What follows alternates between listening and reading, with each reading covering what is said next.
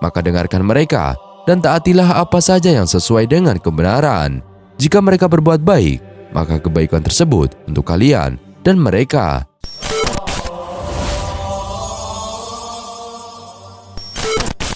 Assalamualaikum warahmatullahi wabarakatuh. Sahabat beriman yang dirahmati Allah Subhanahu wa taala. Pemimpin adalah seorang anggota kelompok yang paling berpengaruh terhadap aktivitas kelompoknya dan yang memainkan peran penting dalam merumuskan ataupun mencapai tujuan-tujuan kelompok. Seorang pemimpin merupakan penyalur bagi pikiran, tindakan, dan kegiatan yang bersifat mempengaruhi dan melaksanakan pekerjaan-pekerjaan. Hal ini berarti bahwa pemimpin selalu meliputi sejumlah besar masalah kekuasaan. Tahun 2024 menjadi tahun yang panas bagi masyarakat Indonesia. Pasalnya, di tahun ini, kontestasi politik 5 tahunan kembali hadir. Para elit politik pun ramai-ramai menebar janji dan membangun citra diri gemilang demi meraih suara terbanyak untuk menduduki kursi kekuasaan. Sebelum menetapkan pilihan, masyarakat perlu bijak dalam menilai. Seenggaknya, jangan hanya melihat apa yang tampak di luar, tetapi dalami juga kinerja serta karakter yang melekat pada diri sang elit politik. Sebagai negara dengan umat Islam terbesar di dunia, mayoritas masyarakat Indonesia juga perlu memilih pemimpin yang sesuai dengan ajaran agamanya. Pedoman memilih pemimpin dalam Islam juga telah banyak disebutkan, baik itu di Al-Quran maupun hadis Rasulullah SAW. Memilih pemimpin dalam Islam melalui Al-Quran, surat Al-Maidah ayat 55. Allah Subhanahu wa taala telah menegaskan 4 ciri pokok yang wajib dimiliki seorang pemimpin. Keempat ciri itu adalah beriman kepada Allah, mendirikan sholat, menunaikan zakat, dan tunduk serta patuh terhadap peraturan dan ketentuan Allah. Di sisi lain, dalam sebuah hadis dalam Sahih Muslim Kitab Al-Imarah bab Kiniyar Al-Mimamah Wasirar Ruhum, Nabi Muhammad SAW menyampaikan kriteria terbaik tentang pemimpin dalam Islam. Rasulullah SAW telah bersabda, sebaik-baik pemimpinmu adalah mereka yang kamu cintai, dan mereka pula mencintai kamu. Mereka yang mendoakanmu, dan kamu doakan mereka. Sedangkan seburuk-buruk pemimpinmu adalah mereka yang kamu benci, dan mereka pun membencimu. Yang kamu lanat, dan mereka melanatmu pula. Dikatakan, wahai Rasulullah, jika demikian, tidakkah kita menumbangkannya dengan pedang? Beliau bersabda, tidak, selama mereka menegakkan sholat di tengah-tengah kamu. Jika kalian melihat dari penguasa-penguasamu kejelekan yang kamu benci, maka bencilah perbuatan jeleknya itu saja, dan jangan sekali-kali membangkang terhadapnya. Rasul menyebut bahwa pemimpin terbaik adalah dia yang dicintai dan didoakan oleh orang-orang yang dipimpinnya. Juga sebaliknya, Rasul juga mengingatkan kepada umatnya bahwa selama si pemimpin menegakkan sholat dan ibadahnya kepada Allah, namun ia berbuat buruk dan menuai kebencian, orang-orang yang dipimpin olehnya tetap harus mematuhi pemimpin tersebut. Perkataan Rasul ini juga menegaskan bahwa pemimpin yang kita pilih tetap harus kuat dan tetap kita hormati dan patuhi selama dia masih patuh dan tunduk pula terhadap ketentuan Allah. Syarat pokok pemimpin dalam Islam. Selain ayat Quran di atas, ada pedoman memilih pemimpin dalam Islam yang berasal dari Syekh Muhammad Mubarak. Dalam kitab Nizam al-Islam, ia memberi penjelasan tentang sejumlah kriteria yang wajib dimiliki seorang untuk bisa menjadi pemimpin. Syarat pokok itu terdiri dari 4 poin, yakni yang pertama, memiliki akidah yang lurus. Islam mewajibkan pemimpinnya untuk memiliki akidah yang lurus, artinya ia teguh memegang ajaran dan prinsip-prinsip Islam. Ciri seseorang yang memiliki akidah lurus dalam Islam adalah ia memiliki keyakinan kepada Allah Subhanahu wa taala, para rasul, kitab suci, malaikat, hari kiamat, dan takdir, serta ia memegang komitmen untuk menjauhi bid'ah juga syirik. Yang kedua, memiliki wawasan yang luas. Sebagai seorang yang akan mengatur segala aspek kehidupan masyarakat, seorang pemimpin wajib memiliki wawasan yang luas. Ia perlu memiliki pengetahuan tentang berbagai bidang, konsep, dan peristiwa yang relevan dalam konteks sosial, budaya, politik, ekonomi, dan ilmiah. Seseorang dengan wawasan yang luas akan mampu melihat gambaran besar permasalahan. Lalu, ia akan menghubungkan informasi dari berbagai sumber untuk membentuk pandangan komprehensif agar menjadi solusi bagi masyarakat. Yang ketiga, berdedikasi mengabdi pada masyarakat. Syarat pokok ketiga yang wajib dimiliki seorang pemimpin adalah berdedikasi mengabdi kepada masyarakat. Apabila ia telah memiliki komitmen ini, maka ia akan secara aktif berkontribusi dan melayani kepentingan serta kesejahteraan masyarakat luas, tanpa sedikit pun melihat peluang untuk keuntungan pribadi. Secara otomatis, ia akan memiliki integritas dan konsisten dalam menjalankan tugas serta tanggung jawabnya sebagai pelayan masyarakat, dan juga menjunjung tinggi nilai-nilai moral serta etika dalam setiap tindakan dan keputusan. Yang keempat, berkomitmen kuat terhadap ajaran Islam. Allah Subhanahu wa Ta'ala telah menurunkan ajaran Islam yang mengatur segala hal secara holistis. Untuk itu, seorang pemimpin wajib memiliki komitmen yang kuat terhadap ajaran Islam. Kita sebagai pemilih pun wajib memilih pemimpin yang memegang prinsip-prinsip, ajaran, dan nilai-nilai Islam dalam kehidupan sehari-hari. Sebab hal itu mencerminkan kesediaan seseorang pemimpin untuk hidup sesuai dengan ajaran Islam dalam segala aspek kehidupan, termasuk ibadah, moralitas, etika, dan hubungan sosial. Komitmen yang kuat terhadap ajaran Islam tidak hanya mencakup aspek spiritual, tetapi juga mengarah pada pengabdian kepada masyarakat dan pemenuhan tugas-tugas sosial yang dituntut oleh agama.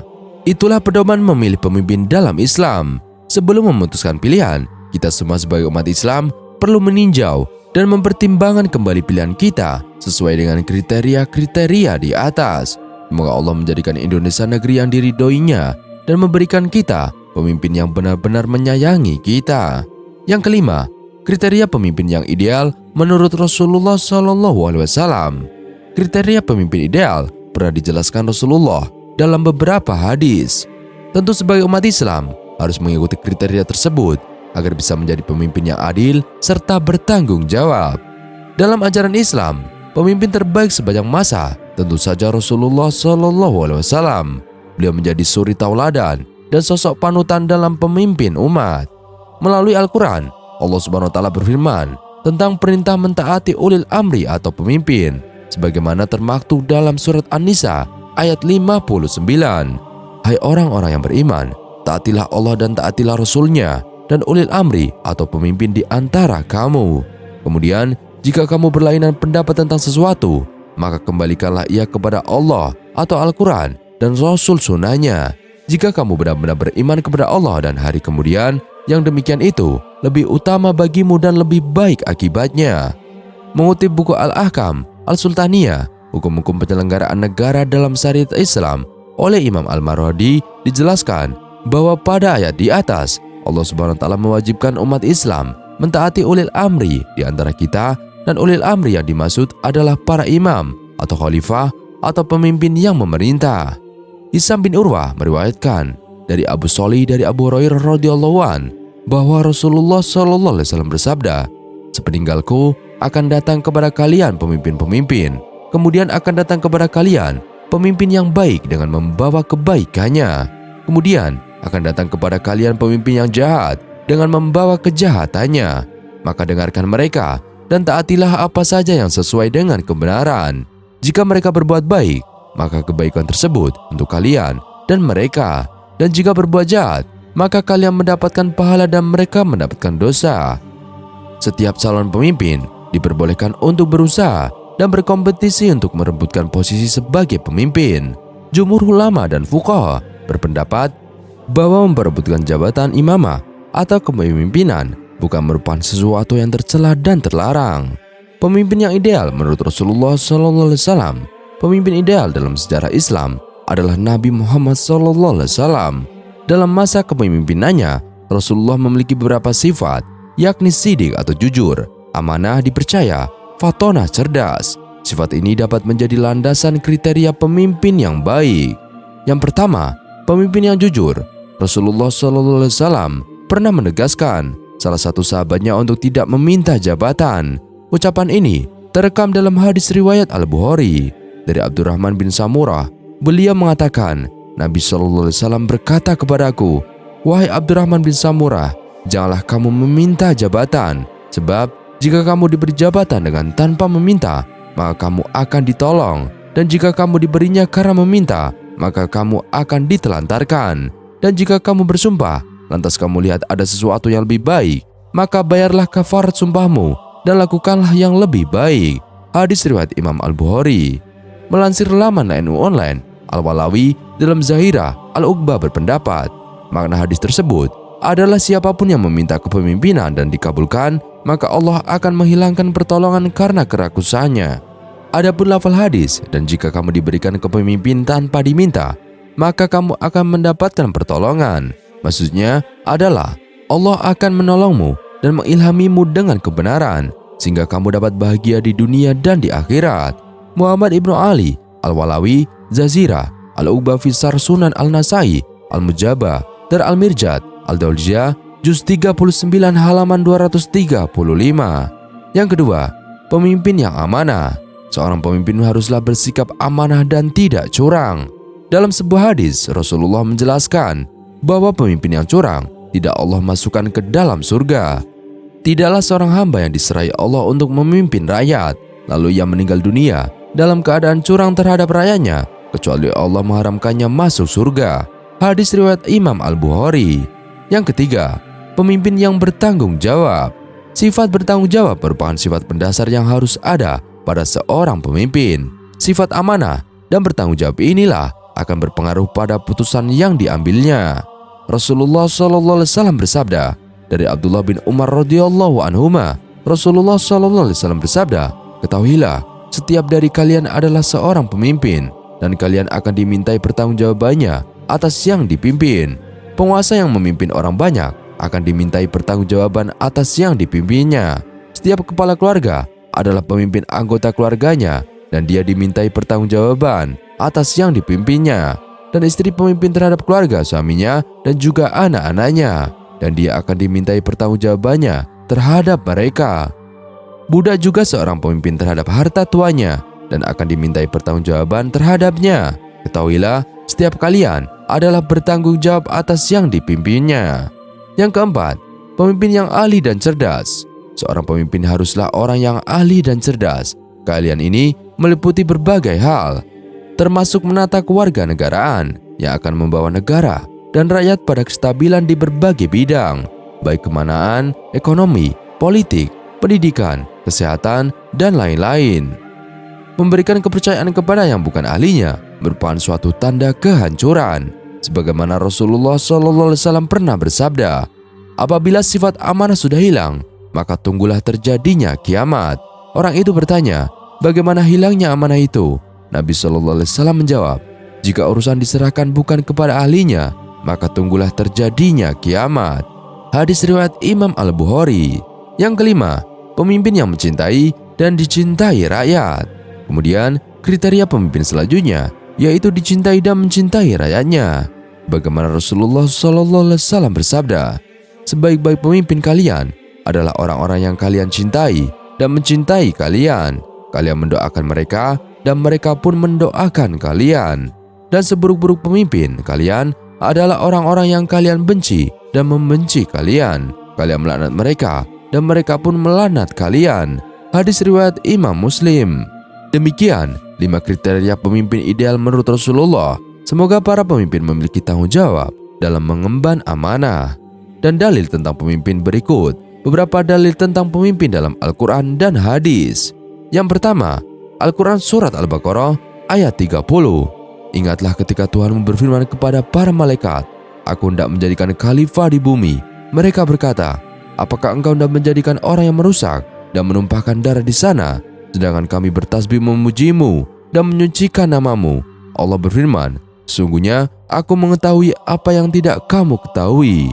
Yang kedua, Al-Quran Surat An-Nisa ayat 59. Wahai orang-orang yang beriman, taatilah Allah dan taatilah Rasul Nabi Muhammad serta ulul amri, pemegang kekuasaan di antara kamu. Jika kamu berbeda pendapat tentang sesuatu, kembalikanlah kepada Allah Al-Quran dan Rasul Sunnahnya.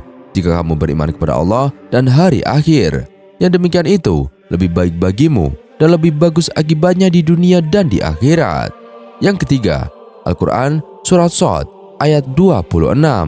Allah berfirman, wahai Daud, sesungguhnya kami menjadikanmu khalifah penguasa di bumi. Maka berilah keputusan perkara di antara manusia dengan hak, dan janganlah mengikuti hawa nafsu, karena akan menyesatkan engkau dari jalan Allah.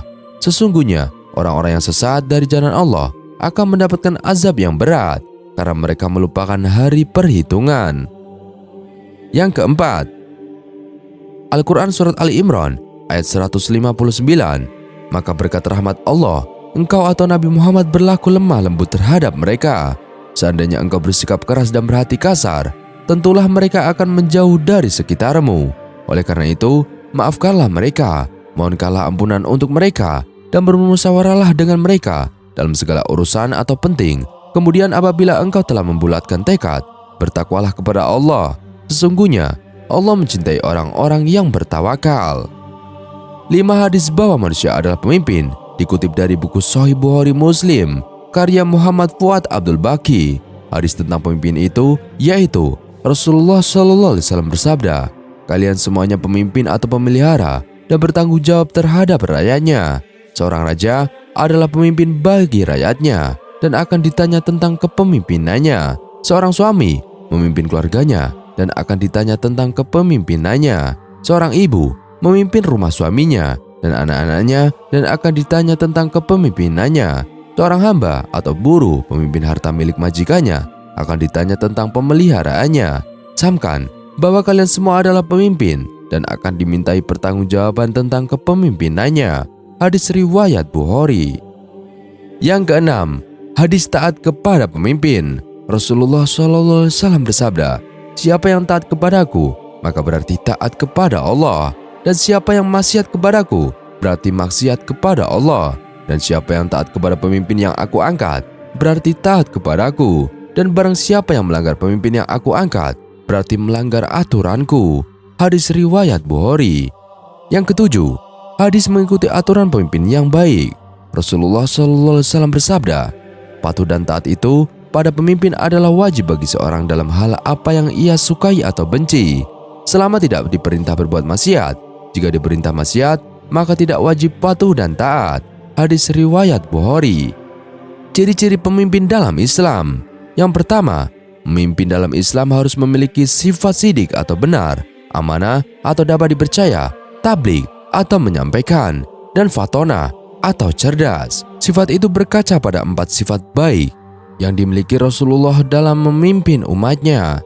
Yang kedua, pemimpin harus memiliki visi yang jelas, karena dengan visi itulah yang nantinya mampu memberi petunjuk dengan benar. Rektor Umsidah tersebut merujuk pada surat As-Sajdah ayat 24 yang artinya, dan kami jadikan di antara mereka itu pemimpin-pemimpin yang memberi petunjuk dengan perintah kami selama mereka sabar. Mereka meyakini ayat-ayat kami. Yang ketiga, ciri pemimpin dalam Islam yang ketiga adalah kuat, amanah, ahli, dan adil. Rektor Umsidah itu merujuk pada Quran Surat An-Nisa ayat 58 yang menjelaskan bahwa Allah memerintahkan manusia untuk menyampaikan amanah kepada yang berhak menerimanya, menetapkan hukum di antara manusia dengan adil, memerintahkan kaum muslim untuk mentaati putusan hukum, dan secara hierarkis dimulai dari penetapan hukum Allah, dan Allah melarang manusia untuk memihak atau zolim dalam memutuskan perkara. Yang keempat, pemimpin dalam Islam tidak boleh zolim, sebagaimana telah tercantum dalam surat Al-Baqarah ayat 124. Ayat ini menjelaskan bahwa kepemimpinan tidak terkait dengan keturunan, kelompok, dan agama. Allah menegaskan bahwa kepemimpinan itu harus jatuh pada orang yang tepat dan kompeten. Yang kelima, seorang pemimpin harus memiliki kebijakan yang benar dan tidak mengikuti hawa nafsu yang sesuai dengan surat Shad ayat 26. Ayat ini mengingatkan Nabi Daud agar menjadi penegak hukum yang tidak mengikuti hawa nafsu. Ayat ini juga menunjukkan bahwa seorang pemimpin harus bersikap adil, amanah, dan mendahulukan kepentingan umum daripada kepentingan pribadi. Yang keenam, ciri pemimpin dalam Islam yang keenam adalah orang yang tentunya harus dekat kepada Allah dan Rasul-Nya. Hal ini tertuang dalam surat An-Nisa ayat 59. Artinya, ketika terjadi perbedaan pendapat dalam suatu perselisihan, manusia harus berkaca pada Al-Quran dan Sunnah serta ketentuan-ketentuan yang ditetapkan oleh ulil amri sepanjang mereka tidak menyuruh untuk berbuat maksiat. Yang ketujuh, membangun tim yang kuat sesuai dengan surat As-Saff ayat 4 dan Ali Imran ayat 103. Dalam ayat inilah Allah memerintahkan kepada kaum muslimin untuk menjaga persatuan dan kesatuan, memerintahkan orang mukmin untuk mengajak manusia kepada kebaikan, menyuruh perbuatan ma'ruf, dan mencegah perbuatan mungkar atau amal ma'ruf nahi mungkar. Wallahu a'lam bishawab. Sekian video kali ini. Kurang lebihnya kami mohon dimaafkan. Yang benar datanya dari Allah Subhanahu wa taala. Bila foto keliru datanya dari saya pribadi. Wassalamualaikum warahmatullahi wabarakatuh.